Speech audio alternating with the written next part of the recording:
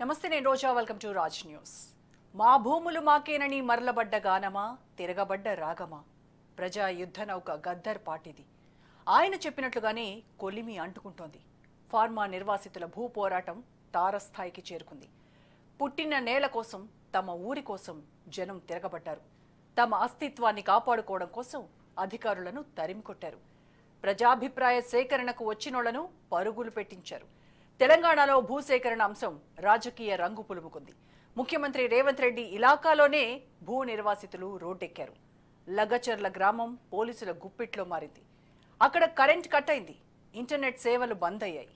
కలెక్టర్పై దాడి ఘటనలో విస్తుపోయే నిజాలు వెలుగులోకి వస్తున్నాయి. దీంతో కుట్రను ఛేదించే పనిలో పడ్డారు పోలీసులు. పొలిటికల్ టర్న్ తీసుకున్న భూసేకరణ రగడపై రాజ్ న్యూస్ స్పెషల్ డిబేట్.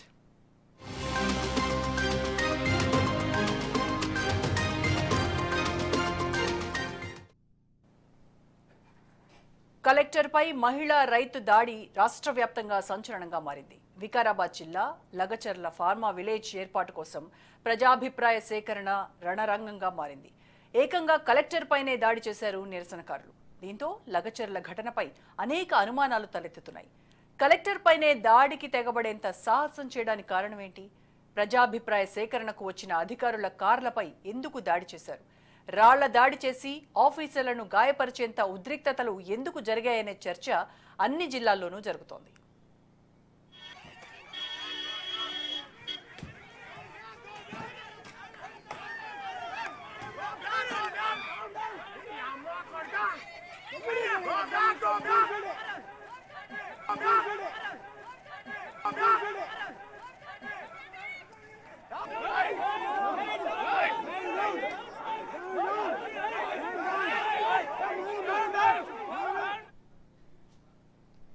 దాడి వెనుక బీఆర్ఎస్ నాయకుల హస్తం ఉందని ఆరోపిస్తోంది కాంగ్రెస్.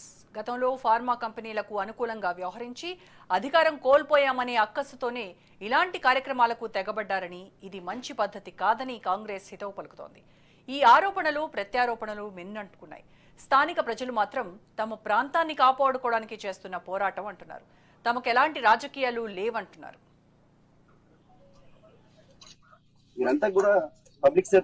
పబ్లిక్ దగ్గర రావాల్సిందే కదా.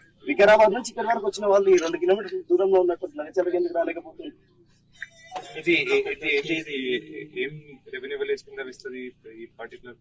దుద్యాల రెవెన్యూ కింద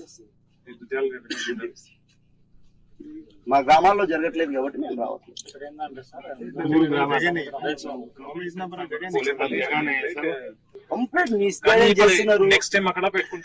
మాకు రోడ్ కూడా కన్వీనియంట్ గా లేదు, రోడ్ బాగాలేదు, మేము వచ్చే పరిస్థితి లేదు. ఒకవేళ మీరు వికారాబాద్ నుంచి ఇన్ని కిలోమీటర్లు జర్నీ చేసి వచ్చింది కాబట్టి మీరు రావాలనుకుంటే మేము వెల్కమ్ చేస్తున్నాం. రండి, రైతుల దగ్గర మీరు ఈ 3 టెంట్ల గురించి ఆలోచిస్తున్నారు. 400 సంవత్సరాలకు బీఆర్ఎస్ ప్రభుత్వం రంగారెడ్డి జిల్లా యాచారం, కందుకూరు, కడ్తాల్ మండలాల్లో ఫార్మా సిటీని ఏర్పాటు చేయాలని నిర్ణయించి జీవో నెంబర్ 31 ద్వారా కార్యాచరణను చేపట్టింది. 14,000 ఎకరాలను సేకరించి ఫార్మా కంపెనీలను నెలకొల్పడానికి శ్రీకారం చుట్టింది. ఆ ప్రాంతంలో ఫార్మా సిటీని ఏర్పాటు చేయాలని బీఆర్ఎస్ నిర్ణయించినప్పుడు కూడా ప్రజల నుంచి వ్యతిరేకత వ్యక్తమైంది. ఫార్మా సిటీ ఏర్పాటుకు వ్యతిరేకంగా 12 వ్యాజ్యాలను హైకోర్టు విచారించింది. భూసేకరణకు ససేమీరా అంటున్న 4 గ్రామాల్లో భూసేకరణ చేపట్టొద్దని స్టే కూడా ఇచ్చింది ధర్మాసనం.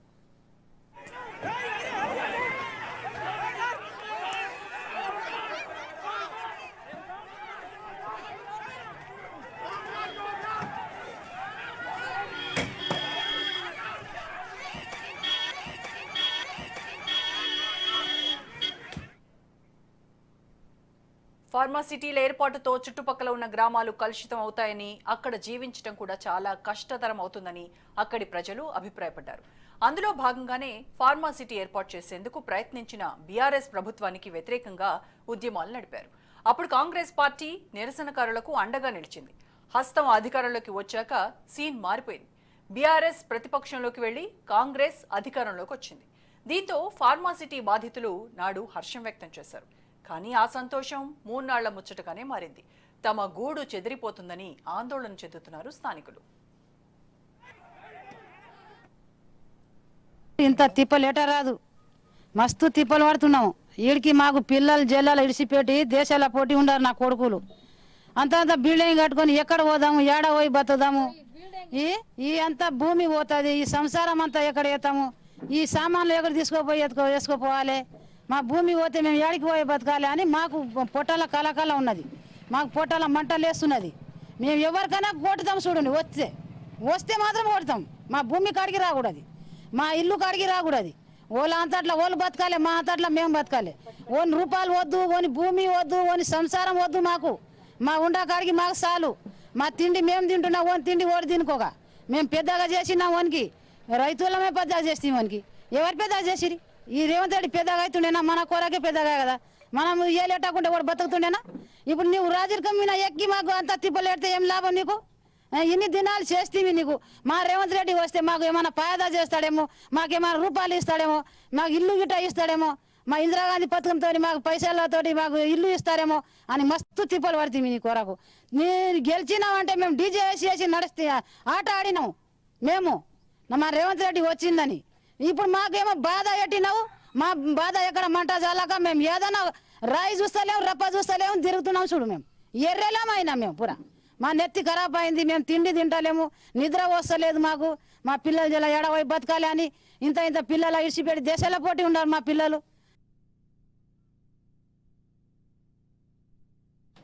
రోటి బండ తండ మాకు ఆ ఫార్మా కంపెనీ అస్సలు మాకు అవసరమే లేదు సార్, మాకు అవసరమే లేదు, మాకు వద్దే వద్దు.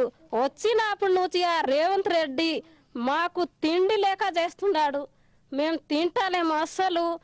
ఎందుకు చేస్తున్నాడు? వచ్చి ఏమైనా అనాలే మాకు. నేను వేస్తాలేను, ఏం చేస్తాలేను. ఈ కొడంగల్ విలేజ్ ఆ రేవంత్ రెడ్డిదే కదా, ఏమైనా చెప్పాలి, వచ్చి చెప్పాలి. మేము ఏమో ఈ పోలీసు వాళ్ళకి ఇడుస్తావు, వాళ్ళకి ఇడుస్తావు. మా కోపం వచ్చి మేము ఏమైనా చేస్తున్నాం, సావని కూడా తయారున్నాం, చంపని కూడా తయారున్నాం. మేము ఎందుకు అట్లా ఎగబెడుతు, మాకు ఎందుకు తిప్పులు పెడుతున్నాడు, ఎందుకు చేస్తున్నాడు అట్లా? ఏడా బతకాలి, ఎక్కడ సావాలి? చిన్న చిన్న పిల్లలు ఉన్నారు. ఏం మాకు ఓడి చేసిన మొత్తం నాశనమే. మాకు ఏం చేయలేడు. వచ్చినప్పటి నుంచి ఒక నెల కూడా సరిగా ఉండలేము. అప్పటి నుంచి ఆ డోన్లు తిరిగేది, ఆ చేసేది, మాకు నైట్ నిద్ర లేక ఏం లేదు. మాకు అయితే పూరా నాశనం చేస్తున్నాడు.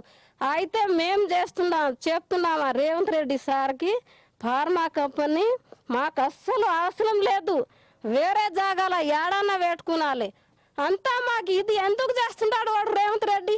ఎందుకు చేయాలి? వచ్చి ఏమైనా అడగాలి మా రైతులకు.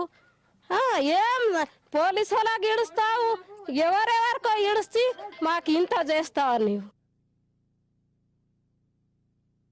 3 ఎకరాల నర ఉండదు. 5 మంది కొడుకులు 3 ఎకరాల నరాలు ఎట్లా బతుకుతారు? ఏం పని చేయ? వాళ్ళేమో బొంబాయిలో ఉండరు అందరూ, మా కొడుకులు అందరూ. మేము ముసలోళ్ళు ఉండము, ఇంత చేసుకొని పాలతో అదో ఇదో చేసుకొని బతుకుతున్నాం. ఆ భూమి కూడా తీసుకుంటే మేము ఎక్కడ లేచిపోవాలి? ఏ రాజ్యం లేచిపోవాలి? మా తావు ఏడా, మా తలం ఏడా, మేము ఉండాలి ఏడా, తినాలి ఏడా? మా పిల్లలు బొంబాయి పూనలు పోయి బతుకుతుండరు.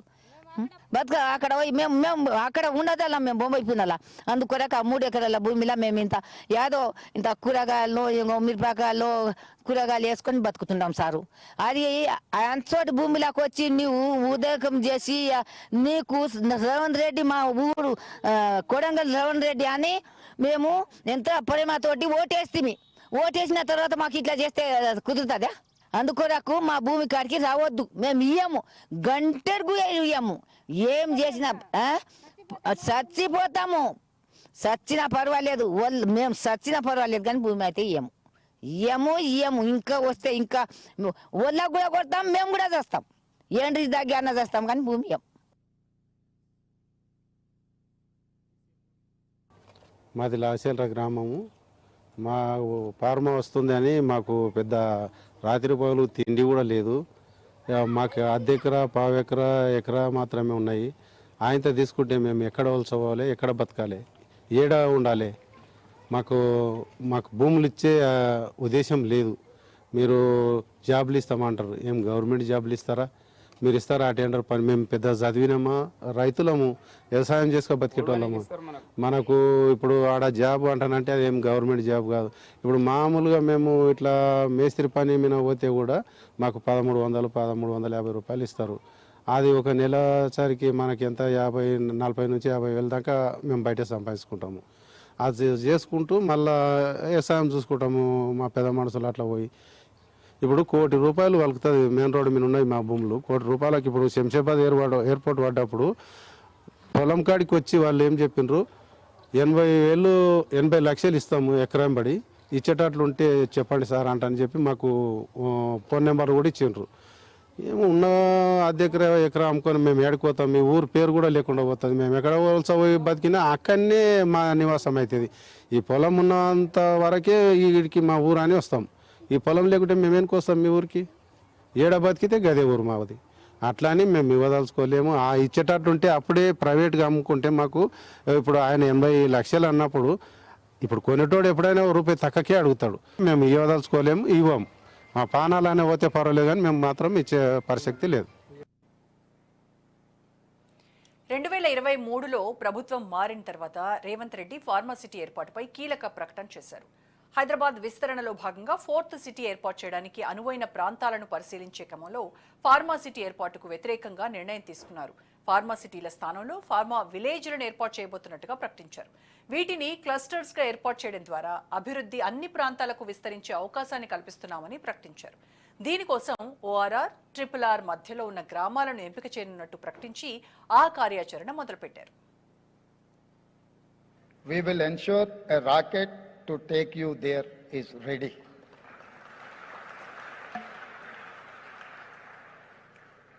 We in Congress know the value of trust.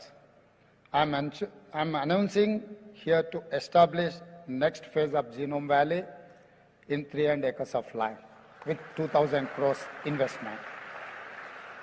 We recently announced launch of 10 pharma villages with an investment of about 1 lakh crore. This will develop infrastructure, create jobs, create opportunities for entrepreneurs. We will create over 5 lakh new jobs. At this village, 3 potential integrated greenfield pharma we have been identified. One is from Vikarabad district, the other one is from Medak district, third one is from Nalgonda district. We are going to create a pharma village, all the 3 areas, 3 different parts of Telangana. It's nearby Hyderabad airport, hardly 1.5 hour drive from international airport. So to reach your infrastructure and your investment.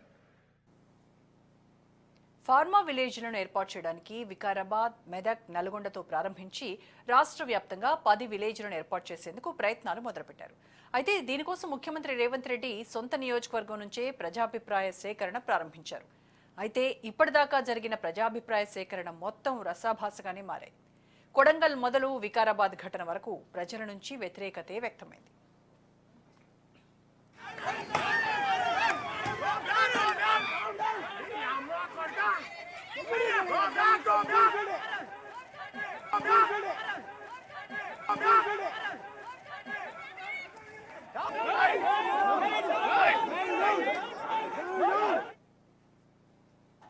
గత ప్రభుత్వంలో ఏర్పాటు చేయాలని భావించిన pharma సిటీకి కాంగ్రెస్ ప్రభుత్వం ఏర్పాటు చేయదలిచిన green field pharma విలేజ్ల మధ్య వ్యత్యాసాన్ని వివరించడంలో అధికారుల నిర్లక్ష్యం కొట్టొచ్చినట్టుగా కనిపిస్తోంది. ఎక్కడ ఫార్మా కంపెనీలు ఏర్పాటైనా అక్కడి వేలాది ఎకరాలు బీడు భూములుగా మారడం పరిపాటిగా మారింది. దీనికి తోడు భూగర్భ జలాలు కలుషితం అవ్వడం, భూములు వ్యవసాయానికి పనికి రాకుండా పోవడంతో ఆ ప్రాంతం మొత్తం ఎడారిలా మారుతుందనే అభిప్రాయం ఉంది. దీనికి తోడు ఉద్యోగ అవకాశాలు కల్పిస్తామని గత ప్రభుత్వాలు ఇచ్చిన హామీల అమలు కాకపోవడం కూడా వ్యతిరేకతకు కారణంగా మారుతోంది.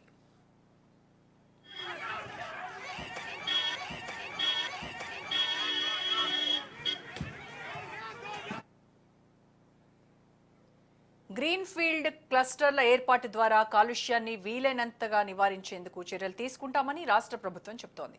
ఇక భూసేకరణలో భూమి ఇచ్చే రైతులకు నివాసయోగ్యమైన 125 చదరపు గజాల స్థలంతో పాటు ఇంటికి ఒక ఉద్యోగం ఇస్తామని ప్రకటించింది.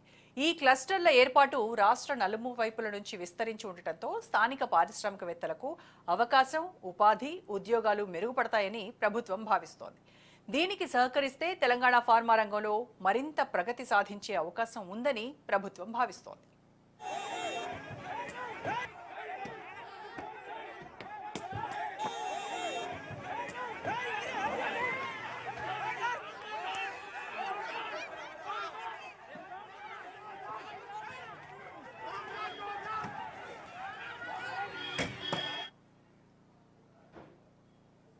రైట్, ఈ ఫార్మా రగడ గురించే ఇవాళ డిబేట్లో పార్టిసిపేట్ చేస్తున్నారు ప్రొఫెసర్ డాక్టర్ గాలి వినోద్ కుమార్ గారు, టీజేఏసీ చైర్మన్ మరియు విశ్లేషకులు. నమస్కారం వినోద్ కుమార్ గారు. అలాగే లింగం యాదవ్ గారు, కాంగ్రెస్ అధికార ప్రతినిధి మనతో జాయిన్ అవుతున్నారు. నమస్తే అండి లింగం యాదవ్ గారు. నమస్తే. ముందుగా మనము టీజేఏసీ చైర్మన్ గారితో ఇంటరాక్ట్ అవుదాం. వినోద్ కుమార్ గారు, ఈ కొడంగల్ నియోజకవర్గంలో నిన్న మొదలైన లగచర్లలో కలెక్టర్పై దాడి విషయంలో, అలాగే ఉద్యోగులపై దాడి విషయంలో నిరసన వ్యక్తమవుతోంది. ఇంకా ఈ మంటలు చల్లారలేదు. ఎంతవరకు దారి తీస్తాయోనని అక్కడ ఇంటర్నెట్లు కట్ చేయడము, అలాగే ముందస్తుగా భద్రతను పెంచడం ఇలాంటివన్నీ జరుగుతున్నాయి. అసలు ఈ ప్రజాభిప్రాయ సేకరణలో మొదలైనటువంటి ఈ రగడ దేనికి దారి తీయబోతుంది? అసలు ఈ ప్రజాభిప్రాయ సేకరణ అధికారంలో ఉన్నప్పుడు ఒకలాగా, ప్రతిపక్షంలో ఉన్నప్పుడు ఒకలాగా ఈ రెండు పార్టీలు వ్యవహరించడం వల్లే మొదలైంది అనేది ప్రధానమైనటువంటి వస్తున్నటువంటి అంశం. ఏం చెప్తారు మీరు దీనిపైన? తప్పకుండా. ఇప్పుడు ఆల్రెడీ ఫార్మా కోసము ఇంతకుముందు భూసేకరణ జరిగింది, ఆ కంపెనీలు పెట్టడానికి అంగీకారం జరిగింది. అయిపోయిన తర్వాత దాని కాడ ఎక్కడైతే లావాదేవీలు అయితే ఆయనకు ముట్టలేదు, ఇప్పుడు ప్రతిపక్షాలు ఆరోపిస్తున్నట్టుగా ఆయనకు లావాదేవీలు ముట్టలేదు కాబట్టి దాన్ని తీసుకుపోయి ఇలా క్లస్టర్ విలేజ్ లా అనే కొత్త పథకాన్ని మేము ప్రారంభిస్తున్నామని చెప్పేసి మళ్ళీ తిరిగి ఇవాళ ప్రజలు వద్దన్న ప్రాంతంలో ఎందుకు పెట్టాలి? ప్రజలు ఇప్పుడు మాకు అరెకరం భూమి లేదు, మాకు ఎకరం భూమి, 2 ఎకరాల భూమి, 3 ఎకరాల భూమి ఉన్నోళ్ళము, ఆ భూమి కాస్త బీడి భూమిగా మారి అది విషంగా మారి మా బతుకులను తాగమైపోతాయి కాబట్టి మా దగ్గర మేము ఒప్పుకోమని చెప్పి వేస్తున్నప్పుడు ఎందుకు ప్రభుత్వం మొండిగా వ్యవహరించాలి? గతంలో ఇదే రేవంత్ రెడ్డి ఫార్మా భూములకు వ్యతిరేకంగా, ఫార్మా ఇండస్ట్రీస్ కు వ్యతిరేకంగా పెద్ద ఎత్తున పోరాటం చేసినాడు. మరి వాళ్ళ ప్రజలను ఒప్పించడానికి దానివల్ల వచ్చే బీఆర్ఎస్ ప్రభుత్వం అధికారంలో ఉన్నప్పుడు కూడా వ్యవహరించిన తీరు ఇది కాదంటారా? ఫార్మాసిటీలకు మీరు కూడా అప్పుడు ఆమోదం తెలిపి, మీరు కూడా అప్పుడు రేవంత్ రెడ్డి వీళ్ళందరూ కూడా దీన్ని వ్యతిరేకించినటువంటి మాట వాస్తవమే కదా?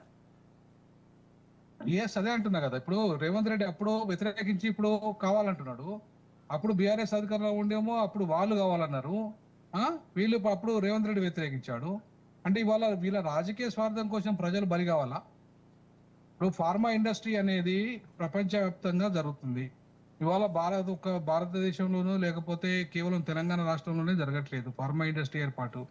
సో ఫార్మా ఇండస్ట్రీ ప్రికాషన్స్ తీసుకొని, అనుమతులు తీసుకొని, ముఖ్యంగా రైతులకు ఎవరైతే అనుమతి తీసుకున్న ప్రాంతాన్ని వదిలిపెట్టి గతంలో జరిగిన కొట్లాట తర్వాత చివరికి వాళ్ళు ఆ రైతులు ఒప్పుకున్న తర్వాత ఆ ప్రాంతము ఏదైతే వాళ్ళ ఫార్మా ఇండస్ట్రీకి 300 ఎకరాలు దాదాపుగా సేకరించిన తర్వాత మళ్ళీ తిరిగి అది రద్దు చేసుకొని ఇవాళ గ్రామాలకు నేను విలేజ్ క్లస్టర్స్ గా తీసుకుంటా అని చెప్పేసి అక్కడి దాకా వెళ్తే విలేజ్ లో అసలు భూస్వాములు అనేటోళ్ళు దగ్గర ఉన్న భూమి వేరు, పేద ప్రజలు 6 ఎకరం, 1/2 ఎకరం లేదంటే ఎకరం భూమి ఉన్న పేద ప్రజల భూములు గుంజుకుంటా అంటే ఎట్లా? రేవంత్ రెడ్డి మొత్తం తన యొక్క ఇప్పుడు దాకా 666 పథకం పేరు మీద కావచ్చు, లేదంటే మూసీ నది పథకంలో కావచ్చు, బలి చేస్తున్నంత పేదలనే. ఆయన పేదలనే బలి చేసి పేదలనే పట్టగొట్టి ఇవాళ కాసుల పేరు మీద ఇవాళ ప్రజాపాలన పేరు మీద పెద్ద దగా పాలన చేస్తున్న రేవంత్ రెడ్డి గారు ఇవాళ ఆ పేద ప్రజల పొట్టగొట్టడానికి ఆయనకు ఏమాత్రము ఉండాలి కదండి. ఇప్పుడు ప్రజలు అక్కడ అమరావతిలో క్యాపిటల్ సిటీ కోసం ప్రజలు స్వచ్ఛందంగా ఇస్తున్నారు అని చెప్పి చంద్రబాబు అన్నాడు. మరి ఆయన శిష్యుడు ఇక్కడ కూడా ప్రజల్ని స్వచ్ఛందంగా ఇచ్చేటట్టుగా తయారు చేయాలి. ఎవరు ఇప్పుడు వాళ్ళు ఏమైనా అమాయకుల? బీఆర్ఎస్ వాళ్ళు రెచ్చిపోవడానికి, లేదంటే బీఆర్ఎస్ వాళ్ళు డబ్బులు ఇస్తే రెచ్చిపోవడానికి? వాళ్ళు చాలా స్పష్టంగా మీరు ఇంటర్వ్యూ చేశారుగా ప్రజల్ని.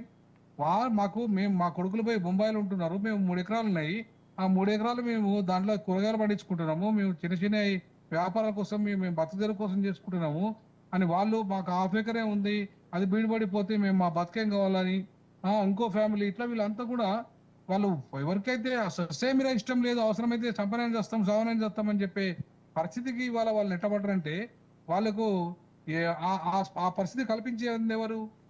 ఎస్ వాళ్ళకి అవగాహన కల్పించాల్సింది పోయి బలవంతంగా పోలీస్ యంత్రాంగాన్ని తీసుకొచ్చి బలవంతంగా భూసేకరణ చేస్తా అంటే వాళ్ళ పాపం పేదల భూములు గుంజుకుంటా అంటే అది ఏ రకంగా ప్రజాపాలన అవుతుంది? ప్రజాపాలన అనేది ఎట్లా? వినోద్ గారు మళ్ళీ మాట్లాడదాం, యాదవ్ గారితో ఒకసారి మాట్లాడదాం. యాదవ్ గారు, అంటే ఇప్పుడు కొంతమంది బాధితులు ఎవరైతే ఉన్నారో మహిళా రైతులు వీళ్ళందరూ మాట్లాడిన విషయాలు విన్నారు కదా మీరు. అంటే కొడంగల్ బిడ్డ రేవంత్ రెడ్డి గెలిచినప్పుడు మేము డాన్సులు చేసి మరి మా ఆనందాన్ని సంతోషాన్ని వ్యక్తపరిచాము. మా కొడంగల్ బిడ్డ సీఎం అవుతే మాకు ఏదో ఒక రకంగా ప్రయోజనం జరుగుతుంది, మాకు ఇళ్ళు ఇస్తారు, కాంగ్రెస్ ప్రభుత్వం చెప్పినటువంటి హామీలన్నీ నెరవేర్చేటువంటి మా ఆశలు ఏవైతే ఉన్నాయో అవన్నీ నెరవేరే రోజులు అతి దగ్గరలో ఉన్నాయని చాలా కలలు కన్నాం. కానీ ఇప్పుడు చూస్తే మా నోటి దగ్గర అన్నమే లాగేసుకునేటువంటి పరిస్థితి, మా జీవనోపాధిని లాగేసుకుంటూ ఉన్నారు. ఇది ఏమాత్రం మంచి పద్ధతి కాదు అని వాళ్ళు వేడుకుంటూ ఉన్నారు. ముందుగా గుడ్ ఈవినింగ్ అండి, మీకు పెద్దలు వినోద్ కుమార్ గారికి నమస్కారం. ఎస్, డెఫినెట్ గా ఇవాళ తెలంగాణలో కాంగ్రెస్ ప్రజాప్రభుత్వం గౌరవనీయ ముఖ్యమంత్రి రేవంత్ రెడ్డి గారి ఆధ్వర్యంలో ఇవాళ అభివృద్ధి సంక్షేమమే ధ్యేయంగా ఇవాళ నిరంతరం ఇవాళ ప్రజలకు అందుబాటులో ఉండి ఇవాళ తెలంగాణలో ప్రజాప్రభుత్వం ముందుకెళ్తుంది. ఇవాళ మనందరికీ తెలుసండి, అంటే ఎక్కడైనా కూడా గ్లోబలైజేషన్ లో కంపల్సరీ ఇండస్ట్రీస్ అనేది ఎక్కడైనా ఏ కంట్రీస్ అయినా కూడా ఇండస్ట్రీలు పెట్టడం అనేది జరుగుతుంది. మరి ప్రత్యేకించి నిన్న ఏదైతే కొడంగల్లో జరిగినటువంటి ఇన్సిడెంట్ లో ఇదే బిఆర్ఎస్ మరి గతంలో ఫార్మా కంపెనీలకు ఏ విధంగా అనుమతులు ఇచ్చింది ఇవాళ మన అందరికి తెలుసు. నిన్న జరిగినటువంటి ఈ కలెక్టర్ మీద దాడి ఏదైతుందో దీంట్లో ఉన్నటువంటి ప్రధాన వ్యక్తి సురేష్ అనే వ్యక్తి బిఆర్ఎస్ నాయకుడు. అంటే ఇవాళ ప్రజాప్రభుత్వం గతంలో తెలంగాణలో అధికారం అంతా కూడా ఎట్లా కేంద్రీకృతమైందో డెవలప్మెంట్ కూడా ఒకటే కేంద్రీకృతమైంది. ఇవాళ వికేంద్రీకరణ జరగాలి, అభివృద్ధి వికేంద్రీకరణ జరగాలనే ఒక సదుద్దేశంతో గౌరవ ముఖ్యమంత్రి రేవంత్ రెడ్డి గారు క్లస్టర్లుగా విభజించి గ్రీన్ ఫీల్డ్ ఫార్మా సిటీని ఇవాళ విలేజెస్ ని ఏర్పాటు చేస్తున్నారు. ఇవాళ మనం చూసినాం గతంలో ఇవాళ డెవలప్మెంట్ అంటే హైదరాబాద్ లో ఎక్కడండి, హైటెక్ సిటీ గచ్చిబౌలి. ఇవాళ సిటీ నలువైపులో కూడా అభివృద్ధి జరుగుతున్నాయి కదా, ఈ ప్రాంతీయ అసమానతలు పోతాయి. ఇవాళ మనందరికీ తెలుసు గతంలో తెలంగాణ కోసం ఎందుకు కొట్లాడినామండి, తెలంగాణ కోసం ఉండొద్దని. అభివృద్ధి గురించి ప్రభుత్వం చేస్తోంది కరెక్టే, దాన్ని ఎవరు కాదనట్లేదు. బట్ అక్కడ ప్రజలు ఈ మా భూములు మాకు వదిలేయండి, ఎట్టి పరిస్థితుల్లో ప్రాణాలు పోయినా సరే మా భూములను మేము ఇచ్చే ప్రసక్తే లేదు అని ఖరాఖండిగా చెప్తున్నారు. కానీ మరి వాళ్ళతో ఇష్టం లేనప్పుడు బలవంతంగా కూడా భూములు లాగేసుకుంటాం ప్రభుత్వానికి అది తగునా? నేను అదే చెప్తున్నాను, నేను కమింగ్ టు ద పాయింట్. నేను ఏమంటున్నా అంటే ఇవాళ అభివృద్ధి వికేంద్రీకరణలో భాగంగానే అక్కడ ఇవాళ cluster green field clusters pharma clusters ఏర్పాటు చేయడం జరుగుతుంది. ఎస్, ఈ ప్రజాప్రభుత్వం ప్రజల వాళ్ళ నిర్ణయాలకు అనుగుణంగానే జరుగుతుంది. అయితే ప్రత్యేకించి నిన్న జరిగిన దాంట్లో కుట్ర ఉంది, దాన్ని మనం అర్థం చేసుకోవాలి. ఈ కుట్ర వెనుక ఎవరున్నారు? ఇవాళ తెలంగాణలో 10 ఏళ్లుగా బీఆర్ఎస్ చేసినటువంటి అవినీతి అక్రమాలు ఒక్కొక్కటిగా బయటకు వస్తున్నాయి. ఇవాళ కేటీఆర్ గతంలో మంత్రిగా పనిచేసిన వ్యక్తి ఇవాళ అరెస్ట్ కావడం ఖాయం. ఇవన్నిటిని తప్పించడం కోసం ప్రజల యొక్క వాళ్ళని యొక్క డైవర్ట్ చేయడం కోసం భాగంగానే బీఆర్ఎస్ కుట్ర జరిగింది ఇవాళ. అందుకే కుట్ర కోణాన్ని మనం అర్థం చేసుకోవాలి. ఇవాళ తెలంగాణ ప్రజాప్రభుత్వం దేశ చరిత్రలోనే క్యాస్ట్ సెన్సెస్ అనే ఒక చారిత్రాత్మకమైన నిర్ణయం తీసుకుంది. దీన్ని అడ్డుకోవాలి, ఇది ప్రజలకు పోకుండా ఉండడం కోసమే బీఆర్ఎస్ కేటీఆర్ వాళ్ళ యొక్క అనుచర వర్గం ద్వారా నడిపించినటువంటి కుట్రలో భాగంగానే నిన్న కొడంగల్లో జరిగినటువంటి ఇన్సిడెంట్. దాన్ని మనం అర్థం చేసుకోవాలి. ఏ ప్రజలకు మా కన్సర్న్ ఉంది, ప్రజల మీద ఏ విధంగా ఆదుకోవాలి, ఏ విధంగా ఫేర్ అక్కడ కాంపెన్సేషన్ ఇవ్వాలి, వాళ్ళకి ఇంకా ఎట్లా బెటర్ గా వాళ్ళకి ఇవ్వాలనేది మేము ఆలోచిస్తాం. మాకు కన్సర్న్ ఉంది, పేద ప్రజలు ఏ విధంగా ఆదుకోవాలని. మా ప్రభుత్వం అండి ఆనాడు తీసుకొచ్చినట్టు ల్యాండ్ అక్విజిషన్ యాక్ట్ తీసుకొచ్చి ఫేర్ క్యాంపెయిన్ చేసింది కాంగ్రెస్ ప్రజాప్రభుత్వమే ఆనాడు కేంద్రంలో. ఇవాళ మాకు వీళ్ళు చెప్పవలసిన అవసరం లేదండి. దీని అనుకున్నటువంటి కుట్ర కోణాన్ని మనం అర్థం చేసుకోవాలి. ఎవరున్నారు, ఎందుకున్నారు, దేనికోసం. ఇవాళ తెలంగాణలో ప్రజాప్రభుత్వం ఏర్పడిన మొదటి నుంచి బీఆర్ఎస్ కుట్రలు చేస్తూనే ఉన్నారు. ఇవాళ మొన్ననే చూసాం ఖమ్మంలో కూడా బీఆర్ఎస్ పార్టీలో ఖమ్మం వరదలు వచ్చినప్పుడు ఇక్కడ పోయినటువంటి బీఆర్ఎస్ నాయకుల మధ్యలో జరిగిన ఆధిపత్య పోరులో గొడవను కూడా ప్రజా ప్రభుత్వం మీద వాళ్ళ అన్నట్టు మళ్లించారు. అంటే ఇవాళ కొడంగల్లో కూడా ఇవన్నీ అదే చెప్తున్నా.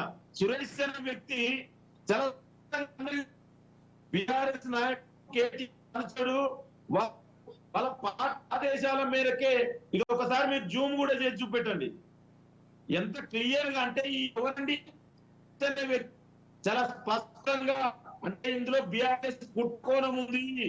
తెలంగాణ ప్రజా ప్రభుత్వాన్ని అబాసు పాలు చేయాలి, దాంట్లో భాగంగానే. ఒక్క నిమిషం లింగం యాదవ్ గారు, ఇన్ఛార్జ్ మంత్రి ఎవరైతే ఉన్నారో అక్కడ శ్రీధర్ బాబు గారు ప్రస్తుతం మీడియాతో మాట్లాడుతున్నారు. మనం లైవ్ లో చూద్దాం. చాలా ముఖ్యం పరిశ్రమలు అనేది, వాటి విషయంలో ఎక్కడ కూడా అప్పుడు జోక్యం చేసుకోలేదు.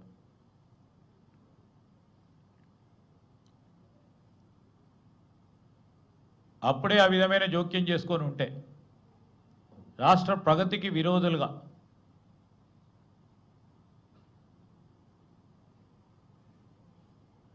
ఉండే ప్రమాదం ఉండే. కానీ కాంగ్రెస్ పార్టీ పక్షాన తెలంగాణ రాష్ట్రం అన్ని రంగాల్లో ముందంజలో ఉండాలనే ఒక ఆలోచన దృక్పథంతో రాజకీయాల పరంగా మన సిద్ధాంతాల పరంగా వేరుగా ఉన్నా మా సిద్ధాంతం ఇది, ఈ విధంగా ముందుకు పోవాలని ఆలోచన చేశాను తప్ప ఎట్టి పరిస్థితుల్లో దీన్ని అడ్డుకోవాలి, దీన్ని ఆపు చేయాలనే ప్రయత్నం ఎప్పుడు చేయలేదు.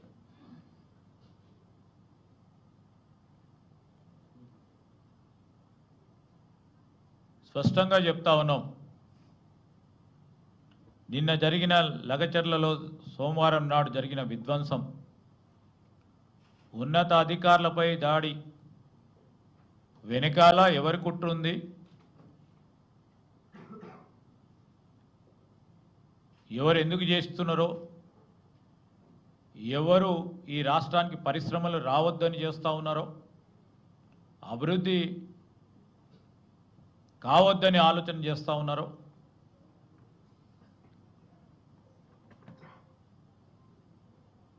మన నిజాయితీ పరులు అమాయకులైన రైతు సోదరులకు సంబంధించిన వారి ప్రయోజనాల గురించి ఆలోచన చేయకుండా రాజకీయ లబ్ధి పొందటానికి ఆలోచన చేస్తూ ఉన్న వారి కుట్రను తప్పకుండా వెలికి తెస్తాము. ఎవరు చేశారు, ఏ విధంగా చేశారు, ఎందుకు చేశారు, పూర్తి స్థాయిలో సమగ్ర విచారణ జరపటం జరుగుతుందని మీ ద్వారా రాష్ట్ర ప్రజలందరికీ కూడా తెలియజేస్తా ఉన్నాం.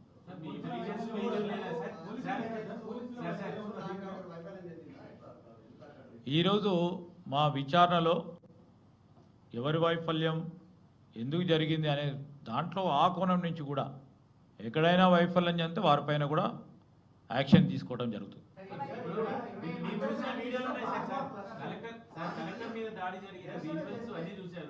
అక్కడ ఒక కానిస్టేబుల్ కూడా కనపడలేదు. అంటే మీ ఇంటెలిజెన్స్ గతంలో సెక్రటరీ దాకా వచ్చిందాక వదిలేశారు, ఇప్పుడేమో కలెక్టర్లు ఎంఆర్ఓల మీద దాడి జరిగిందాక, అంటే మీ ఇంటెలిజెన్స్ వైఫల్యం లేదా? ఇప్పుడు ఎక్కడ వైఫల్యం జరిగింది, యంత్రాంగం విషయంలో వైఫల్యం ఎక్కడ జరిగిందో ఆ విషయంలో కూడా తప్పకుండా సమీక్ష చేస్తాం, విచారణ పూర్తి స్థాయిలో చేస్తాం. చిన్న స్థాయి నుంచి పై స్థాయికి ఇంటెలిజెన్స్ కానీ, మరి లా ఎన్ఫోర్స్మెంట్ పోలీస్ మెషినరీ విషయంలో కానీ, ఒక డిస్ట్రిక్ట్ మెజిస్ట్రేటు ఇతర ఉన్నతాధికారులకు సంబంధించిన అంశం అక్కడ స్పష్టంగా వారు ప్రాక్టికల్గా ప్రజెన్స్గా ఉన్నప్పుడు అక్కడ ఎంతమంది అధికారులు ఉన్నారు, ఏ విధమైన పర్యవేక్షణ జరిగింది, ఎంతమందిని సిబ్బందిని అక్కడ పెట్టడం జరిగింది, ప్రజాస్వామికంగా శాంతియుతంగా పోలీసు లేకుండా చేద్దామనే ఆలోచన కలెక్టర్ దగ్గర ఉండేనా? ఒక మంచి ఆలోచన కలెక్టర్ గారు ప్రదర్శించినప్పుడు పోలీసులు ఉండకూడదు, ఎక్కువ మంది ప్రజాస్వామికంగా అభిప్రాయాలను తీసుకోవాలని ఆలోచన చేస్తూ ఉన్నప్పుడు ఓ మంచి ఆలోచన అది. దాన్ని ఇతర మిత్రులు దీన్ని భగ్నం చేయాలనే ఆలోచన ఉంటే ఆ కోణంలో ఆలోచన చేస్తాం, ఈ కోణంలో కూడా ఆలోచన చేస్తాం. ఇప్పుడు వేరే వాళ్ళు దాన్ని అడ్డుకోవాలనే ప్రయత్నం చేస్తున్నప్పుడు ఇంటెలిజెన్స్ చేసే పని అది కదా సార్, ఇలా జరగబోతుంది అని చెప్పి కలెక్టర్ మంచి ఉద్దేశంతో పోవచ్చు. లాస్ట్కి కలెక్టర్ కూడా చెప్పాడు మా రైతులే మన రైతులే అని చెప్పి, ఆయన విచార హృదయాన్ని యాక్సెప్ట్ చేయాల్సిందే. కానీ మీ ఇంటెలిజెన్స్ అక్కడ ఒకటి జరుగుతుంది ఒకటి జరగబోతుంది అనే విషయం తెలుసుకోకపోతే మరి ప్రభుత్వాన్ని ఏం అంటున్నట్టు డెఫినెట్లీ ఎక్కడ లోపం జరిగిందో మేము వెనకాడబోము. ఎందుకంటే వి విల్ ఆల్సో మేము ప్రభుత్వం సంబంధించిన యంత్రాంగానికి సంబంధించిన అంశం విషయంలో లా అండ్ ఆర్డర్ విషయంలో ఒక స్పష్టతతో ముందుకు పోవాలనే ఆలోచనతో ముఖ్యమంత్రి గారు, స్వయాన హోంమంత్రి గారు కూడా వారు అనేక సందర్భాల్లో చెప్పిన ఏ కోశాన్న కూడా లా అండ్ ఆర్డర్ ఈ రాష్ట్రంలో దెబ్బ తినొద్దు, శాంతియుతంగమైన వాతావరణం ఉండాలి. ఒకవేళ ఆ విధమైన వాతావరణం కలగలేదంటే సరే దాని కారకులైన వారిపైనతో పాటు ఈరోజు అధికారంలో ఉన్న మా పోలీస్ అధికారులు కానీ ఇతర అధికారులు కానీ జాప్యం ఏమైనా ఉందా, లోపాలు ఏమైనా దాని పరంగా కూడా విచారణ జరపడం జరుగుతుంది. స్పష్టంగా చెప్తా ఉన్నాం. ఎక్కడైనా లోపాలు కనబడితే వారిపైన యాక్షన్ తీసుకోవడం జరుగుతుంది. ప్రజాభిప్రాయ సేకరణ అంటే భారీ ఎత్తున బలగాలు పెడతారు, జనం ఎట్లాగో ఎమోషన్ తో ఉంటారు. ఆ ఎమోషన్ క్యారీ చేసినట్లేదు ఆ పోలీసులు ఒక్కరు కనపడలేదు. అదే పూర్తి స్థాయిలో అందుకోసమే చెప్పాడు సార్ మీ ఐజీ దాని మీద ఏమైనా ప్రిలిమినరీ ఎంక్వైరీకి సంబంధించిన అంశాలు వారు ప్రస్తావన చేసిండ్రు. పూర్తి స్థాయిలో విచారణ తర్వాత వచ్చిన రిపోర్ట్తో ఒక స్పష్టమైన నివేదిక ఇచ్చిన తర్వాత తప్పకుండా రైట్, ప్లాన్ ప్రకారమే వికారాబాద్లో దాడి జరిగిందన్నారు మంత్రి శ్రీధర్ బాబు. ప్రజలను రెచ్చగొట్టి కలెక్టర్పై దాడి చేయించారని అన్నారు. ఇక పథకం ప్రకారం కొంతమంది రైతులను రెచ్చగొట్టారన్నారు. సమస్యలు తెలుసుకోవడానికి కలెక్టర్ నేరుగా రైతుల వద్దకు వెళ్లారని చెప్పారు. అన్ని కోణాల్లో సమగ్ర విచారణ చేస్తున్నామని చెప్పారు. ఇక అధికారం పోయిందనేటువంటి బాధలో బీఆర్ఎస్ ఉందని, ఏ కార్యక్రమం మొదలుపెట్టినా బీఆర్ఎస్ అడ్డుకునే కుట్రలు చేస్తుందన్నారు. కలెక్టర్ ఇతర అధికారులపై దాడిని ప్రభుత్వం తీవ్రంగా పరిగణిస్తుందని హెచ్చరించారు. దాడి ఘటనపై సమగ్ర విచారణ జరుగుతుందని, పాల్పంచుకున్న వారు ఎవరైనా సరే వదిలే ప్రసక్తే లేదన్నారు మంత్రి శ్రీధర్ బాబు. ఇక డిబేట్ కంటిన్యూ చేద్దాం. మనం వినోద్ గారితో మాట్లాడదాం. వినోద్ గారు, అంటే కేవలం ఇది బీఆర్ఎస్ డైవర్షన్ పాలిటిక్స్ మాత్రమే, అంతే తప్ప వేరేదేం లేదు. వాళ్ళు అధికారంలో ఉన్నప్పుడు ఎప్పుడైతే యాక్సెప్ట్ చేశారో మరి ఇప్పుడు ఎందుకు దాన్ని వ్యతిరేకిస్తున్నారు? కేవలం ఇది డైవర్షన్ పాలిటిక్సే. అండ్ మోర్ ఓవర్ ముందస్తు ప్రణాళిక ప్రకారం కుట్ర పన్ని అక్కడ కలెక్టర్పై, అక్కడికి వచ్చినటువంటి ఎవరైతే ఆఫీసర్స్ ఉన్నారో వాళ్ళపై దాడి చేయడం జరిగింది అని చెప్పేసి అంటున్నారు. అంటే అధికారిపై దాడి చేయడాన్ని నేనైతే సమర్థించానండి. ఇప్పుడు అధికారులు ఎప్పుడైనా సరే కావాలని చేయరు. వాళ్ళు ప్రభుత్వ ఆదేశాల మేరకే ఏ నిర్ణయమైనా జరుగుతుంది. కాబట్టి మనం ప్రభుత్వం మీద ప్రశ్నించాలి, రేవంత్ రెడ్డి మీద మాట్లాడచ్చు, లేదంటే మంత్రుల మీద మాట్లాడచ్చు, లేదంటే స్థానిక ఎమ్మెల్యేల మీద మాట్లాడచ్చు, లేదా వాలంటీ మీద పోయి ధర్నా చేయొచ్చు. కానీ ఒక అధికారి పాత్ర ఏముంటుందండి? అధికారి ఆ ప్రభుత్వ ఆదేశాల మేరకు పనిచేస్తాడు. కాబట్టి అధికారుల మీద దాడి చేయడం అనే దాన్ని ఎవరు కూడా దాన్ని సమర్థించాల్సిన అవసరం లేదని నేను భావిస్తున్నాను. అంతేకాకుండా వాళ్ళ బీఆర్ఎస్ వ్యతిరేకిస్తారనే అంశం మీద అయితే కాంగ్రెస్ కు తెలియదా? కాంగ్రెస్ కూడా తెలుసు కదా, బీఆర్ఎస్ ఒక ప్రతిపక్ష పార్టీ సమర్థించదనే విషయం కాంగ్రెస్ తెలుసు. రాజకీయ పార్టీలు భారతదేశంలో ఎట్లున్నాయంటే, ఒక దేశం కానీ ఒక రాష్ట్రం కానీ అభివృద్ధి చెందాలంటే ఖచ్చితంగా అధికార పక్షం ప్రతిపక్షం కలిస్తేనే అభివృద్ధి చెందుతుంది. ఇవాళ అధికార పక్షము తీసుకున్న నిర్ణయం ప్రతిపక్షం వ్యతిరేకించడము, లేదంటే ప్రతిపక్షం ఏదైనా సూచన చేస్తే దాన్ని ప్రభుత్వం వ్యతిరేకించడం అనేది ప్రజాస్వామ్యంలో మంచి విధానం కాదండి. ముఖ్యంగా వాళ్ళ తెలంగాణలో వైరి వర్గాల మాదిరిగా వివరించడం అనేది కరెక్ట్ కాదు. వాళ్ళ ఏదన్నా తప్పులు గత ప్రభుత్వంలో జరిగితే ఖచ్చితంగా న్యాయ విచారణ చేపట్టండి, చట్టబద్ధంగా వివరించండి, వాటి మీద చర్యలు తీసుకోండి, రికవరీ ఏమన్నా కావాలంటే. నేనేమంటున్నానంటే, ఇప్పటిదాకా కేవలం బీఆర్ఎస్ ప్రభుత్వం మీద తప్పులు చేసిందంటే నేను అనను.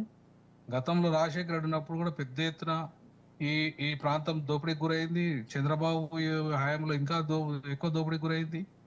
అలాగే బీఆర్ఎస్ వచ్చిన తర్వాత కూడా తెలంగాణ ప్రభుత్వం అయ్యండి కూడా కొన్ని అవకతవకలు తప్పులు జరిగినాయి. అందుకే ప్రజలు ఆ ప్రభుత్వ నియంతృత్వాన్ని కానీ ప్రభుత్వ విధానాలు కానీ వ్యతిరేకంగా తీర్పిచ్చారు. మళ్ళీ తీర్పిచ్చిన తర్వాత ఎన్నికలు వచ్చిన తర్వాత, ఎన్నికలు అయిపోయిన తర్వాత కక్షపూరితమైన చర్యలకు అధికార పక్షం కానీ ప్రతిపక్షం కానీ పూనుకోవద్దు.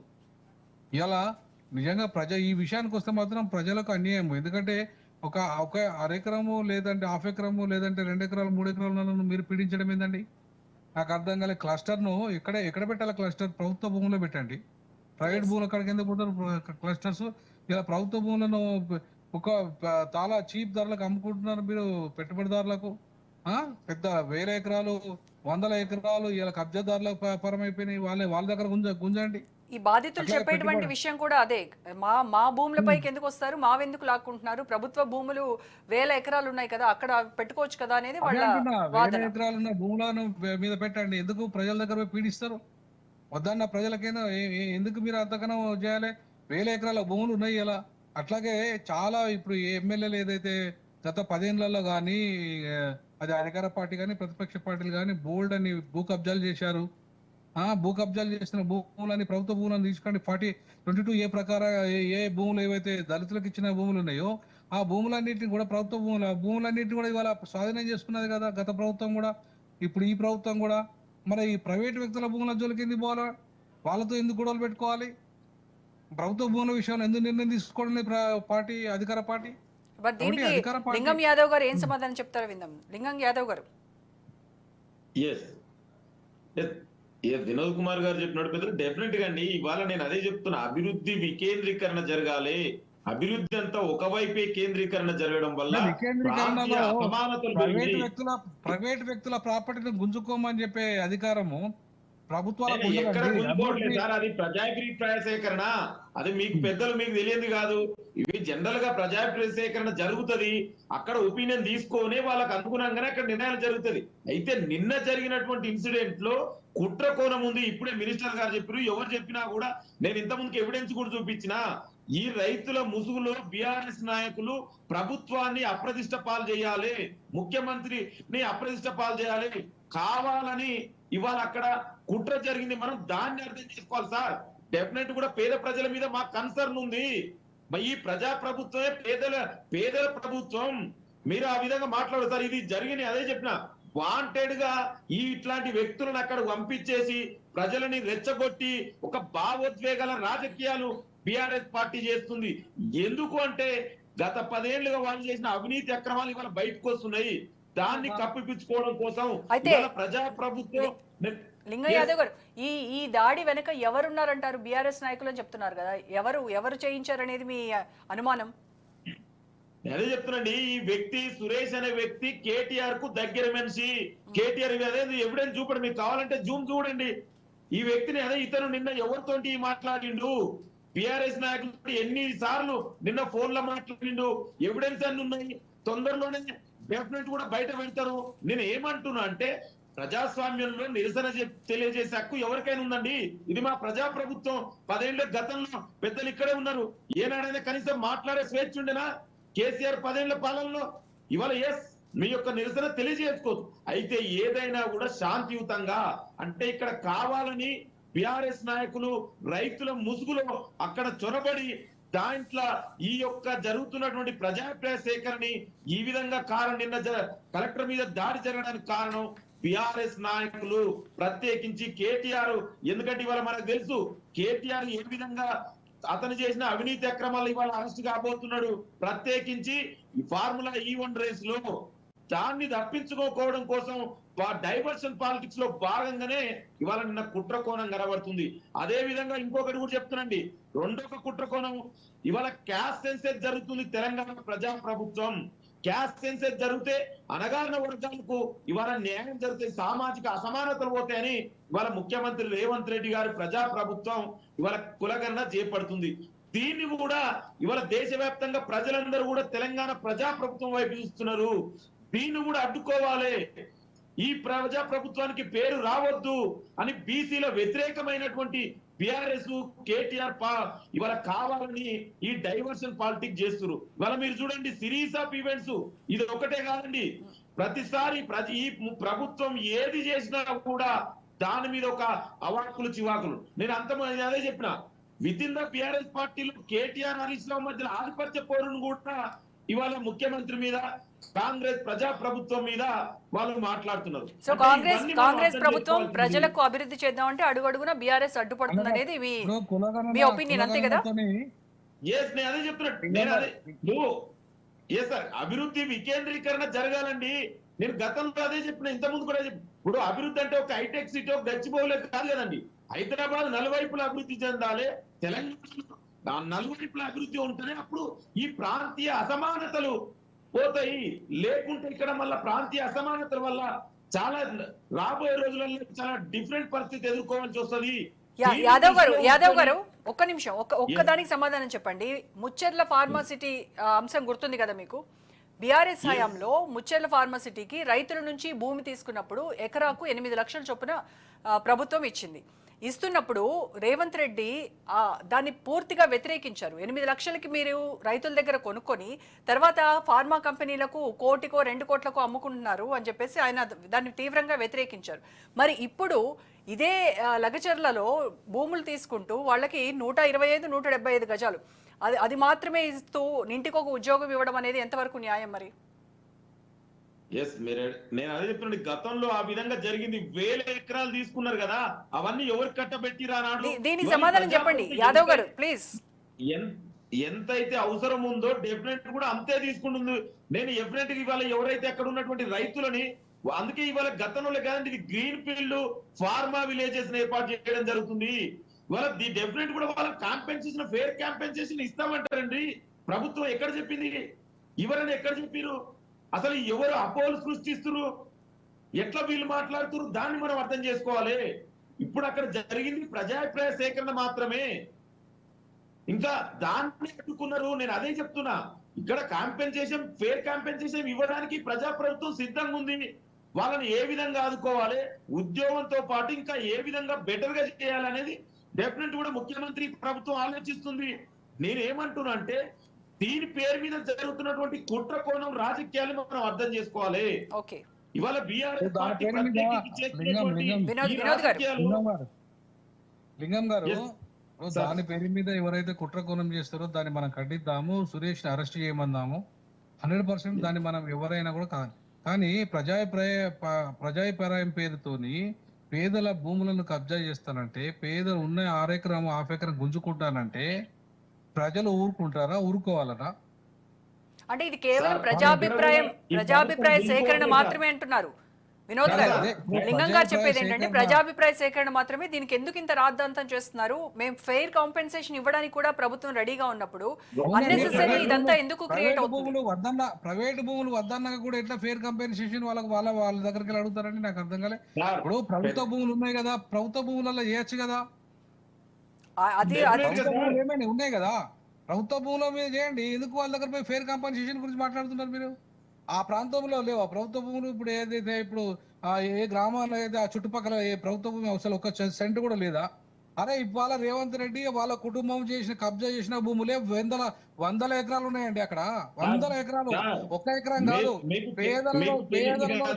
పేదలను మోసం చేసి కొన్నాయి కూడా బోల్డని ఎకరాలు ఉన్నాయి. ఆయన నియమను వాళ్ళ అన్నదమ్ముల నియమన బోల్డని ఎకరాల భూములు ఉన్నాయి. ఆ రామేశ్వరరావుకు ఉత్త పుణ్యానికి అప్పచెప్పిన భూములను గుంజుకోమనండి. ఆయనే ఇప్పుడు రేవంత్ రెడ్డి రామేశ్వరరావుకు ఉత్త పుణ్యానికి అప్పచెప్పిన కేసీఆర్ అని చెప్పేసి అన్నాడు కదా, చాలా చౌకగా ఇచ్చిందని చెప్పి అన్నాడు కదా 100 ఎకరాలు. అది గుంజుమాను. ఇప్పుడు రేవంత్ రెడ్డి అన్నాడు ఆ మాట. రేవంత్ రెడ్డి అన్న మాటనే నిజం చేయమను. ఆ రామేశ్వరరావు దగ్గర గుంజుమాను మొత్తం భూములన్నీ. అది పేద ప్రజల భూములే కదా, ప్రభుత్వ భూములే కదా. ఆ పేదల ఇచ్చిన భూములే గుంజుకున్నారు కదా రామేశ్వరరావు వాళ్ళంతా. మరి ఆ భూములను గుంజి అక్కడ పెట్టమనండి. ఎందుకు ప్రైవేటు వాళ్ళ దగ్గరికి పోతారు? రేవంత్ రెడ్డి లేవనెత్తిండి అంశం, అసెంబ్లీలో కూడా లేవనెత్తిండి అంశం. మరి అట్లాంటి రేవంత్ రెడ్డి ఇవాళ రామేశ్వరరావు జోలికి పోడు, వాళ్ళ అన్నదమ్ముల జోలికి పోడు, భూ కబ్జాదారుల జోలికి పోడు, ప్రభుత్వ భూమి జోలికి పోడు. అమాయకులైన ప్రజల భూమికులకు మాత్రం ప్రజాభిప్రాయ సేకరణకు వచ్చారనేది ఎట్లా పోతారు? చెప్పండి లింగం గారు. ఇప్పుడు పెద్దలు వినోద్ కుమార్ గారు చెప్పినట్టు డెఫినెట్ గా, ఎందుకంటే ఇవాళ మనం చూసామని ఆనాడు తెలంగాణ ఏర్పడినప్పుడు ప్రత్యేకించి హైదరాబాద్ రంగారెడ్డి జిల్లాలో ప్రభుత్వ భూములు ఎన్ని ఉండే, ఇవాళ ప్రభుత్వ భూములు ఎన్ని ఉన్నాయి? గత 10 ఏళ్లుగా బీఆర్ఎస్ నాయకులు ప్రభుత్వ భూములని ఏ విధంగా కబ్జా గురి చేసిరనేది మన అందరికి తెలిసినటువంటిది. ఇవాళ అదే విధంగా ప్రభుత్వ భూములతో పాటు చెరువులు, నాలాలను కూడా కబ్జా చేసి బీఆర్ఎస్, కేసీఆర్ ఫ్యామిలీ వాళ్ళ యొక్క బినామీలు ఏ విధంగా ఆక్రమించుకున్నారు అనేది మనందరూ తెలుసు. ఈ కబ్జాల గురించి మాట్లాడుకుంటే మనం ఈ రోజు మొత్తం మాట్లాడుకోవచ్చు లింగం గారు. అది కాదు పాయింట్ ఏంటి అని అంటే, కొడంగల్ నియోజకవర్గంలో ఇందాక వినోద్ గారు చెప్పినట్టుగా ఆ చుట్టుపక్కల ఫార్మాసిటీకి కావాల్సినటువంటి భూములు లేవా? ఎందుకు ప్రైవేట్ వ్యక్తుల రైతుల జోలికి ఎందుకు వెళ్తున్నారు? రైతుల భూములు ఎందుకు అడుగుతున్నారు? నేను అదే చెప్తున్నాండి, రైతుల భూములే కాదండి, ప్రభుత్వ భూములు కూడా తీసుకుంటారు. వాళ్ళది అక్కడ ఉన్న ముందు అవి తీసుకుని అక్కడ నుంచి స్టార్ట్ చేయొచ్చు కదా, అక్కడ నుంచి స్టార్ట్ చేయొచ్చు కదా. అక్కడి నుంచే చేస్తారండి మీరు. ఇప్పుడు నేను అదే చెప్తున్నా, అక్కడ ప్రాజెక్ట్ ఎక్కడ ప్రభుత్వ భూములు ఎన్ని ఉన్నాయి, ఎంత ఉందనేది ఇప్పుడు మీకు తెలియదు. నేను అదే చెప్తున్నా, దయచేసి వేగంగా మాట్లాడకండి. డెఫినెట్ కూడా ప్రభుత్వ భూములతో పాటు ఆ పరిసరాల్లో ఉన్నటువంటి రైతులు ఎవరైతే ఒక్క నిమిషం అండి, ఎవరు వేగంగా మాట్లాడతలేదు ఇక్కడ. ఇవాళ మీరు రెండు అంశాలు మీరు చెప్పారు. ఒకటి ఇదేనండి, ఇక్కడ రెండు అంశాలు చెప్పారు మీరు. ఒకటి, ప్రభుత్వ భూముల ప్రైవేట్ వ్యక్తుల భూములను మనం తీసుకునే అధికారం ప్రభుత్వానికి ఎప్పుడు వస్తుంది అంటే, బాగా ఎకరాల భూములు ఉండి ఒక 50 ఎకరాలు 100 ఎకరాలు లేదంటే 25 ఎకరాల పైన భూములు ఉంటే మీరు అన్నట్టుగా ఫేర్ కాంపన్సేషన్ ఇచ్చి వాళ్ళ అనుమతితో తీసుకోవచ్చు. కానీ హాఫ్ ఎకరం ఉన్నోళ్ళు, అర్ధ ఎకరం ఉన్నోళ్ళు, ఎకరం ఉన్నోళ్ళు, 2 ఎకరాలు ఉన్న వాళ్ళ భూములను బలవంతంగా గుంజుకోవడానికి ప్రభుత్వానికి అధికారం ఉందా ఫేర్ కాంపన్సేషన్ పేరు మీద? సార్ దయచేసి మీరు బలవంతం అనేది పదం వాడకండి సార్, ఎందుకంటే ఇది ప్రజా ప్రభుత్వం. మాకు తెలుసు ఈ ప్రభుత్వానికి కన్సర్న్ ఉంది సార్, ఎక్కడ కూడా బలవంతంగా తీసుకోలేదు. గతంలో కేసీఆర్ చేసినట్టు మనం చూసాం. మీరు కూడా ఉన్నారు ఆనాడు మల్లన్న సాగర్ లో ఏ విధంగా ఇండ్లను తాళం వేసి ఇంట్లోకి బయటికి లాగేసినటువంటి చరిత్ర మనం చూసాం. ఈ ప్రభుత్వం అలా చేయదు సార్, చేయబోదు. లింగం గారు, అయితే ఈ దాడి తర్వాత ఇప్పుడు మనం చూస్తున్న ఈ దాడి, ఈ పరిణామాల తర్వాత ప్రభుత్వం వెనక్కి తగ్గుతుందా? లగచర్ల గ్రామం జోలికి మళ్ళీ వెళ్ళదా? మీరు హామీ ఇస్తారా దానికి? నేను అదే చెప్తున్నా రోజా గారు, ఇవాళ గతంలో కేసీఆర్ ప్రభుత్వంలో ఆ విధంగా జరిగింది. మల్లన్న సాగర్ పేరు మీద ఎంత ఘోరాలు చేసిరు, ఏ విధంగా జరిగిందనేది మనందరికీ తెలుసు. ఇండ్లలో ఉన్న వ్యక్తులను కూడా బయటికి లాగేసిన చరిత్ర వాళ్ళది, కూలగొట్టినటువంటి చరిత్ర ఇళ్ళని. నేనేమంటున్నా అంటే, డెఫినెట్ కూడా ప్రజల నిర్ణయాల మేరకే ఇక్కడ ప్రజా ప్రభుత్వం ముందుకెళ్తుంది. నిన్న జరిగింది ప్రజాభిప్రాయ సేకరణ మాత్రమే. దాంట్లో ఉన్నటువంటి కుట్రని మనం అర్థం చేసుకోవాలి. ఇవాళ ముఖ్యమంత్రి గారు డెఫినెట్ కూడా ఇవాళ మంత్రి గారు కూడా మాట్లాడారు. ఇప్పుడే దాని మీద సమీక్ష చేస్తారు. ఏ విధంగా అక్కడ ఉన్నటువంటి భూమిని కోల్పోయే పేద ప్రజలు ఉంటే డెఫినెట్ కూడా వాళ్ళని ఆదుకుంటాం. ఇది ఆదుకోవడంలో కాంగ్రెస్ ప్రభుత్వం ఎప్పుడు వెనకపోదు సార్. లింగం గారు ఇంకొకటి, ఇప్పుడు కులగణన గురించి మాట్లాడింది మీరు. నేను ఒకటి అంటున్నా ఈ సందర్భంగా, ఇప్పుడు 42% అనే అంశము మీరు ముందే ఎట్లా చెప్తారండి? జనగణన జరగక ముందే, కులగణన జరగక ముందే 42% లోకల్ వాటా ఇస్తారని ఎట్లా చెప్తారండి? వాళ్ళు 62% ఉండొచ్చు, వాళ్ళ జనాభా పెరిగి ఉండొచ్చు. బీసీలది 52% ఉండొచ్చు, 42% ఎందుకు పరిమితమైన మీరు? దానికి సమాధానం సార్, గతంలో మీకు తెలియదు కాదు, ఇదే ఆంధ్రప్రదేశ్ తర్వాత ఈ తెలంగాణ ఏర్పడిన తర్వాత బీసీలకు ప్రత్యేకించి, ఎందుకంటే ఇవాళ కులగణన ద్వారా మేజర్ గా బెనిఫిట్ అయ్యేది బ్యాక్వర్డ్ క్లాస్, అదందరినీ మన అందరికి తెలిసింది. సో ఈ బీసీల కారణం 33% ఉన్నటువంటి రిజర్వేషన్ ని ఈ కేసీఆర్ అసమర్థత వల్ల దాన్ని 18% తీసుకొచ్చిండు. ఇవాళ మీరన్నట్టు ఇవాళ అదే పక్క రాష్ట్రంలో, మహారాష్ట్రంలో, తమిళనాడులో 69% ఇవాళ తమిళనాడులో లోకల్ బాడీలో రిజర్వేషన్లు ఇవాళ ఇంప్లిమెంటేషన్ అవుతుంది. దాన్ని తగ్గించారు కాబట్టి కనీసం ఇంత శాతమైన ఇస్తాం. ఎందుకంటే మన దగ్గర గతంలో ఎంపరికల్ డేటా కేసీఆర్ చేసినటువంటి సమగ్ర కుటుంబ సర్వే బయట పెట్టలే. ఇవాళ అందువల్ల మీరు తగ్గించిర్రు. మేము డెఫినెట్ కూడా బీసీలకు వాళ్ళకు జనాభా తమాషా ప్రకారం న్యాయం జరగాలనేదే ఈ యొక్క కాంగ్రెస్ అసెంబ్లీలో దాన్ని ఆమోదించవచ్చు కదా, చర్చ పెట్టచ్చు కదా. అదే సమగ్ర కుటుంబ సర్వేను మళ్ళా ఎందుకు మీరు కుటుంబ సర్వే పేరు మీద లేదంటే ఈ కులగణన పేరు మీద మళ్ళీ దీనికి ప్రత్యేకంగా దానికి కమిషన్ వేయడం ఎందుకు? దానికి కాలయాపన ఎందుకు? ఇదంతా చేయడం ఎందుకు? నేలే సార్ మీరు అన్ని తెలుసు, మీరు కూడా లా ప్రొఫెసర్. ఇవాళ కులగణన పేరు మీద ఎక్కడ కూడా కాలయాపన జరగట్లేదు సార్. మనకు తెలుసు ఇదే బీహార్ లో అక్కడ చేస్తే ఏ విధంగా కొన్ని లీగల్ ఛాలెంజెస్ ఎదురైనాయి. ఆ విధంగా ఉండకూడదు అనేది ఇవాళ ప్రజా ప్రభుత్వం యొక్క ముఖ్య ఉద్దేశంతో ఇవాళ ఒక ఇంటెన్సివ్ సర్వే ఇవాళ జరుగుతుంది. డెఫినెట్ కూడా తొందరలోనే సర్వే ఫలితాలు వస్తాయి. మీరందరూ కూడా అభినందిస్తారు సార్. ఈ ప్రభుత్వ నిర్ణయాన్ని హర్షిస్తారు. ఒక్క మాట ఇప్పుడు నేనేమంటున్నానంటే, పెరిగిన జనాభాకు అనుకూలంగా ఎస్సీల రిజర్వేషన్లను, బీసీల రిజర్వేషన్లను, ఎస్టీల రిజర్వేషన్లను, మైనార్టీల రిజర్వేషన్లను 50% మించి పెంచుతారా మీరు? ఒకవైపు Definitely, sir. సుప్రీంకోర్టు కాదు, ఒకవైపు సుప్రీంకోర్టు 50% మించద్దని బీహార్ కేసును కొట్టేసింది. మించిందని 50% మించిందని బీహార్ కేసులో కొట్టేసింది. మరి ఇక్కడ పరిస్థితి ఏమైతుంది? 50% మించుతారు కదా, ఓన్లీ బీసీలో 52% ఉన్నారు కదా, మిగతా వర్గాలు కూడా పెంచితే మరి దాదాపు 60-70% పోతుంది కదా. సేమ్ తమిళనాడు పరిస్థితులు వచ్చేస్తాయి కదా. అప్పుడు మళ్ళీ సుప్రీంకోర్టు జోక్యం చేసుకోదా? హైకోర్టు జోక్యం చేసుకోదా? That is the reason sir. అందుకే Sir, that is different aspect. ఒక నిమిషం, లింగం గారు, వినోద్ గారు వినండి please. కులగణన అంశం దానిపైన సెపరేట్ డిబేట్ పెట్టుకుందాం. డెఫినెట్ గా sir, we are ready to. Congress ప్రభుత్వం, మా నాయకుడు రాహుల్ గాంధీ గారే చెప్పారు 50% క్యాప్ ని తొలగిస్తామని మా నేషనల్ మేనిఫెస్టోలో ఉంది. మీ అందరు అందుకే చెప్తున్నారు, డెఫినెట్ కూడా సామాజిక న్యాయానికి కట్టుబడి ఉన్నటువంటి పార్టీ మాది. ఇందులో ఎలాంటి డౌట్ అవసరం లేదు సార్. మీరందరూ కూడా ఈ నిర్ణయాన్ని హర్షిస్తారు.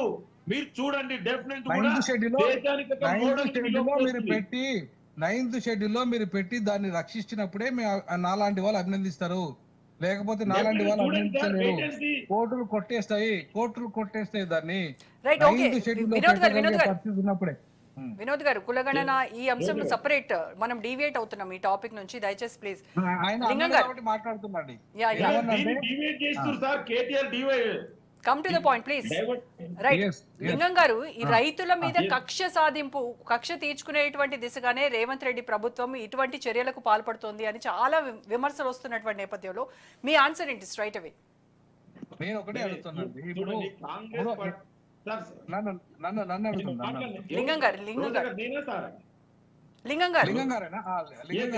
నేనేమంటే, దేశ చరిత్రలోనే ఒకేసారి 18,000 కోట్ల రూపాయలు రుణమాఫీ చేసినటువంటి చరిత్ర కాంగ్రెస్ ప్రజా ప్రభుత్వాన్ని.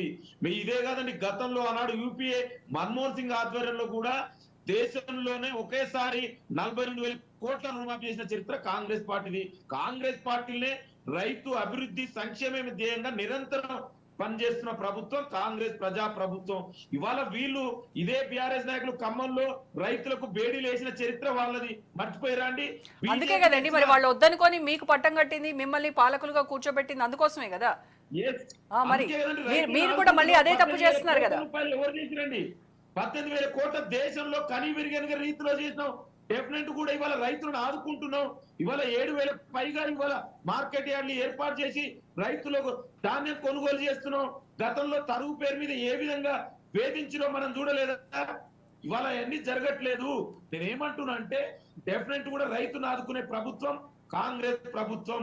నిన్న జరిగినటువంటి ప్రత్యేకించి ఏదైతే భూసేకరణలో అక్కడ జరిగినటువంటి బీఆర్ఎస్ నాయకులు చేసినటువంటి కుట్ర కోణాన్ని మనం అర్థం చేసుకోవాలి.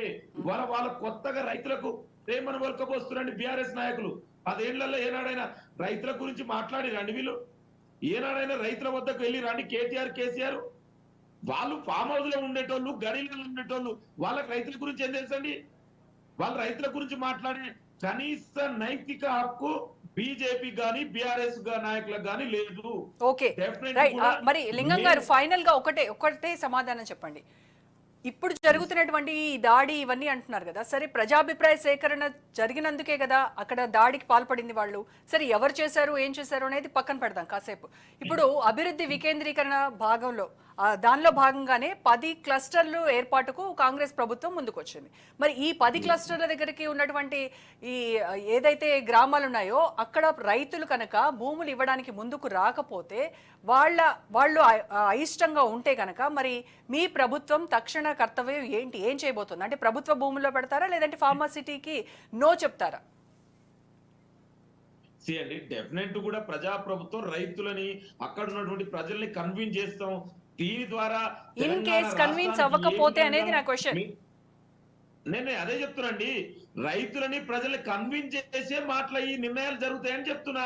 మేము ఎక్కడ కూడా బలవంతంగా గతంలో కేసీఆర్ చేసినట్టు చెయ్యమండి. ఇది ప్రజా ప్రభుత్వంలో డెఫినెట్ కూడా వాళ్ళ నిర్ణయాలని వాళ్ళకి అనుకూలంగా వాళ్ళు ఏ విధంగా బెటర్ ఫేర్ క్యాంపెయిన్ ఇచ్చి వాళ్ళని ఒప్పించే నిర్ణయాలు జరుగుతాయి. దయచేసి దీని మీద జరుగుతున్న రాజకీయాలు మనం అర్థం చేసుకోవాలి. రైట్. ఇవాళ మన అందరూ తెలుసండి, డెఫినెట్ కూడా గ్లోబలైజేషన్ లో భాగంగా డెఫినెట్ కూడా ఇండస్ట్రీలు అవసరమే. ఎక్కడ పెట్టాలి, ఎట్లా పెట్టాలి, అక్కడ నష్టపోయే రైతులని ఎట్లా ఆదుకోవాలో మాకు తెలుసు. Okay. డెఫినెట్ కూడా రైతులను ఆదుకుంటాం, ప్రజలను ఆదుకొని వాళ్ళని ఒప్పించే నిర్ణయాలు జరుగుతాయి. All right. దయచేసి వినోద్ గారు పంపించేయడం. వినోద్ గారు కన్క్లూడ్ చేయండి. నేను అడిగిన క్వశ్చన్ కి సరిగా లింగం గారు సమాధానం చెప్పలేదు, దాట వేస్తున్నారు. మీరు చెప్పండి. అది ఇప్పుడు లింగం గారు తన ప్రభుత్వాన్ని వాళ్ళ రేవంత్ రెడ్డిని ఆకాశానికి ఎత్తాడు. దాంట్లో ఆయన ఆయన పార్టీ అధికార ప్రతినిధి కాబట్టి ఆయన ఆయన ఆయన మెచ్చుకోవచ్చు. నేనేమంటున్నానంటే సింపుల్ క్వశ్చన్ అండి. ఇప్పుడు ఎకరము 2 ఎకరాలు ఉన్న జోలికి ప్రభుత్వం ఎట్లా పోతుంది? ప్రైవేట్ ప్రాపర్టీల జోలికి ఎట్లా పోతుంది? ఇప్పుడు వాళ్ళు ప్రభుత్వ భూములు బోర్డంతా ఉన్నాయి, నువ్వు కబ్జా గురైన భూములు బోర్డంతా ఉన్నాయి, వాళ్ళకెళ్ళి గుంజుకోర్రి. ఇప్పుడు మీరే అంటారు కదా బీఆర్ఎస్ ప్రభుత్వంలో కబ్జా గురైందని. మరి ఆ కబ్జా గురైన భూమి గుంజుకొని మీరు ఫార్మాసిటీ పెట్టండి, అక్కడ తప్పే ఉంది. అదే ఇప్పుడు ఆ ప్రాంతంలో కబ్జా గురి కాలేదా? ఇప్పుడు మీరు ఇప్పుడు ఏదైతే ఫార్మా క్లస్టర్ ను గుర్తించిన ప్రాంతంలో కబ్జాలకు గురి కాలేదా? ఆ ప్రాంతంలో రేవంత్ రెడ్డి అన్నదమ్ములు కబ్జాలు చేయలేదా? లేకపోతే రేవంత్ రెడ్డి చేయలేదా? లేకపోతే మిగతా పార్టీలు అధికార పార్టీ గత అధికార వినోద్ గారు, నేను ముందే చెప్పాను ఈ కబ్జాల గురించి మాట్లాడితే ఆ పార్టీ వాళ్ళు చేసిన ఈ పార్టీ వాళ్ళు చేసిన అంటే రోజంతా డిస్కస్ చేసుకోవచ్చు. అందులో ఆ భూమిని గుంజుకోవచ్చు అంటే నా బలవంతంగా వీళ్ళు, ఎందుకంటే వీళ్ళు అవి ఇల్లీగల్ భూములే, అవి వాళ్ళు ఇల్లీగల్ గా తీసుకున్న భూములు. లేదా ప్రభుత్వ భూములు ఆల్రెడీ రెడీగా ఉన్నాయి కదా, ప్రభుత్వ భూములు ఆల్రెడీ రెడీగా ఉన్నాయి, వాటిని తీసుకోండి. ప్రైవేట్ వ్యక్తుల జోలికి ఎందుకు పోతున్నారు? పాపం పేదాలు వాళ్ళంతా భూస్వాములు కూడా కాదు, రెడ్లు కూడా కాదు, వాళ్ళంతా వాళ్ళ దగ్గర పెద్ద పెద్ద ఎకరాలు 100 ఎకరాలు 50 ఎకరాలు ఉండడానికి. కానీ వాళ్ళని కన్విన్స్ చేసే మేము తీసుకుంటాము, అట్ ద సేమ్ టైం వాళ్ళకి ఫెయిర్ కాంపెన్సేషన్ ఇవ్వడానికి కూడా గవర్నమెంట్ రెడీగా ఉంది అంటున్నారు. భూములు బీడి భూములు అవుతాయి, వాళ్ళ భూములలో పంటలు పండాయి, వాళ్ళకు వ్యవసాయ ఆధారితం లేకుండా అవుతుంది. విషము ఆ ప్రాంతంలో వాళ్ళ భూములలో విషంగా తయారైపోతుంది. ఎందుకు మరి వాళ్ళకి ఉన్న 1/2 ఎకర్ భూమిని 5 ఎకరం భూమిని గుంజుకోవాలా నువ్వు? అంటే 125 గజాలు ఇస్తున్నారు, ఇంటికో ఉద్యోగం ఇస్తున్నారు కదా. అవసరం ఏంటండి వాళ్ళకి? ఇప్పుడు గతంలో మల్లన్న సాగర్ లో ఏం జరిగిందండి? ఎవరికి ఉద్యోగాలు వచ్చినాయండి? ఎవరికి ఉద్యోగాలు ఇచ్చారు? ఇవన్నీ బూటకం ముచ్చట కాకపోతే ఎక్కడ ఉన్నాయండి? ఇవ్వడానికి ఉద్యోగాలు ఎక్కడ ఉన్నాయండి? వాళ్ళకి 30 లక్షల మంది నిరుద్యోగులకి ఏం లేదు, కొట్టుమిట్టాడుతారు అక్కడ వాళ్ళు. వీళ్ళకెడ 7 తీసుకొచ్చి ఉద్యోగాలు ఇస్తారండి వీళ్ళు? ఇది కేవలం ప్రజాభిప్రాయ సేకరణ అంటున్నారు, వాళ్ళ కన్సర్న్ లేకుండా ప్రభుత్వం ముందుకు వెళ్ళదు అని మరి లింగం గారు చెప్తున్నారు. ఏం జరుగుతుందో చూద్దాం. Thank you so much Vinod గారు, థ్యాంక్ యూ లింగం గారు. సో ఇప్పటికైనా ఫార్మా భూసేకరణపై ప్రభుత్వం దిద్దుబాటు చర్యలు చేపట్టాలి, క్షేత్రస్థాయిలో నెలకొన్న సమస్యలపై భూ నిర్వాసితులతో చర్చించాలి, అప్పుడే సమస్యలకు పరిష్కారం లభించేటువంటి అవకాశం ఉంది. రాజకీయాలను పక్కన పెట్టి ప్రజల కోసం ముందుకెళ్లాలని రాజ్ న్యూస్ కోరుకుంటోంది. ఇది వాటి స్పెషల్ డిబేట్. చూస్తూనే ఉండండి రాజ్ న్యూస్.